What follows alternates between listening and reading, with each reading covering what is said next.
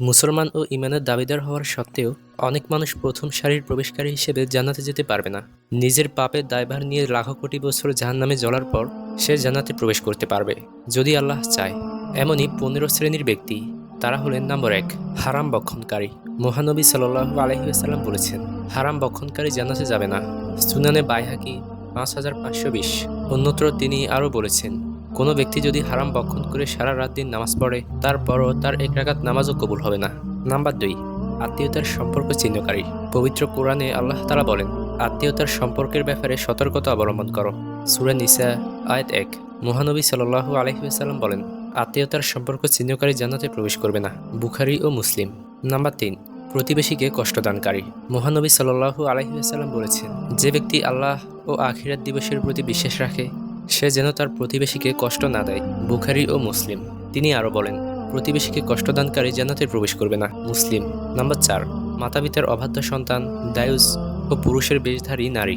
রাসূল সাল্লাল্লাহু আলাইহি ওয়াসাল্লাম বলেন, 3 শ্রেণীর লোক জান্নাতে প্রবেশ করবে না: মাতাপিতার অবাধ্য সন্তান, দায়ুস।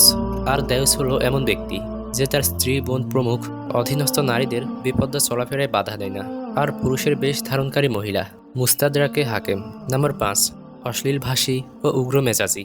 হারেসা ইবনে ওহাব রাদিয়াল্লাহু তাআলা আনহু থেকে বর্ণিত এক হাদিসে রাসূল সাল্লাল্লাহু আলাইহি ওয়াসাল্লাম বলেন, অশ্লীল ভাষী ও উগ্র মেজাজি লোক জান্নাতে প্রবেশ করবে না। আবু দাউদ হাদিস 4168।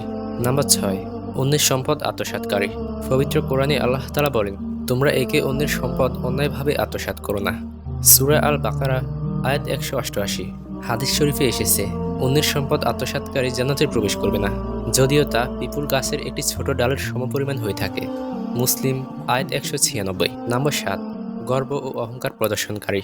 রাসূল সাল্লাল্লাহু আলাইহি ওয়াসাল্লাম বলেছেন, গর্ব অহংকারে জান্নাতে প্রবেশ করবে না। যার অন্তরে অনুপরিমাণ অহংকার থাকবে সে জান্নাতে প্রবেশ করবে না। মুসলিম হাদিস 131। নাম্বার 8, ওয়ারিশকে বঞ্চিতকারী। রাসূল সাল্লাল্লাহু আলাইহি ওয়াসাল্লাম বলেন, যে ব্যক্তি কোনো ওয়ারিশকে তার প্রাপ্য অংশ থেকে বঞ্চিত করবে, আল্লাহ তাকে জান্নাতের অংশ থেকে বঞ্চিত করবেন। ইবনে মাজাহ হাদিস 2694। নাম্বার 9, প্রতারণাকারী শাসক। মাকাল বিন ইয়াসার রাদিয়াল্লাহু তাআলা আনহু থেকে বর্ণিত, তিনি বলেন, আমি রাসূল সাল্লাল্লাহু আলাইহি ওয়াসাল্লামকে বলতে শুনেছি, মুসলমানদের উপর প্রতিনিধিত্বকারী শাসক যদি এই অবস্থায় মারা যায়, সে তার অধীনস্থদের ধোঁকা দিয়েছে, তাহলে আল্লাহ তার জন্য জান্নাত হারাম করে দিবেন। বুখারী হাদিস 6618। নাম্বার 10, খোটাদানকারী ও মধ্যপায়ী। মহানবী সাল্লাল্লাহু আলাইহি ওয়াসাল্লাম বলেন, 3 শ্রেণীর লোক জান্নাতে যেতে পারবে না। তারা হলো পিতামাতার অবাধ্য সন্তান, মাদকসেবী, উপকার করে খোটাদানকারী। নাসাই। নাম্বার 11, ছগলখোর ব্যক্তি।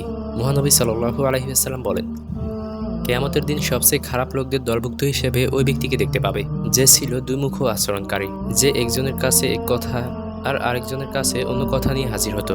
মুসলিম। নাম্বার 12, দুনিয়াবি উদ্দেশ্যে ইলম অর্জনকারী। রাসূল সাল্লাল্লাহু আলাইহি ওয়াসাল্লাম বলেন, যে ব্যক্তি দুনিয়াবি স্বার্থ হাসিলের উদ্দেশ্যে এমন ইলম শিক্ষা গ্রহণ করলো যা শুধু আল্লাহর সন্তুষ্টি হাসিলের জন্য শেখা হয়, সে ব্যক্তি কিয়ামতের দিন জান্নাতের সুঘ্রাণও পাবে না। আবু দাউদ। নাম্বার 13, অকারণে তালাক কামনাকারী।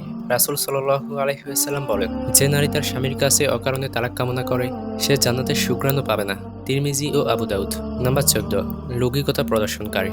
হযরত আবু হুরায়রা রাদিয়াল্লাহু তাআলা আনহু থেকে বর্ণিত এক হাদিসে মহানবী সাল্লাল্লাহু আলাইহি ওয়াসাল্লাম বলেন, কিয়ামতের দিন সর্বপ্রথম একজন শহীদকে ডাকা হবে, এরপর একজন কারীকে, তারপর একজন দানশীলকে। প্রত্যেককে তার কৃতকর্ম সম্পর্কে জিজ্ঞেস করা হবে।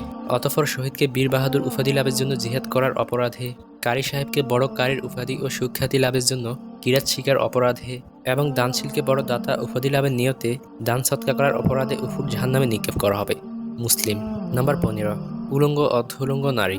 ওইসব উলঙ্গ অর্ধউলঙ্গ নারী যারা নিজেদের চলাফেরায় ও বেশভূষায় মানুষের মনোযোগ আকর্ষণ করতে চাইবে আর নিজেরাও অন্য মানুষের প্রতি আকৃষ্ট হবে। তাদের মাথায় উটের মতো উঁচু আর একপাশে ঝুঁকে থাকা চূড়ার মতো চুলের খুব শোভা পাবে। এসব নারী জান্নাতে তো যাবেই না, বরং জান্নাতের সুঘ্রাণও পাবে না, অথচ জান্নাতের সুঘ্রাণ বহু দূর থেকেও পাওয়া যায়। মুসলিম।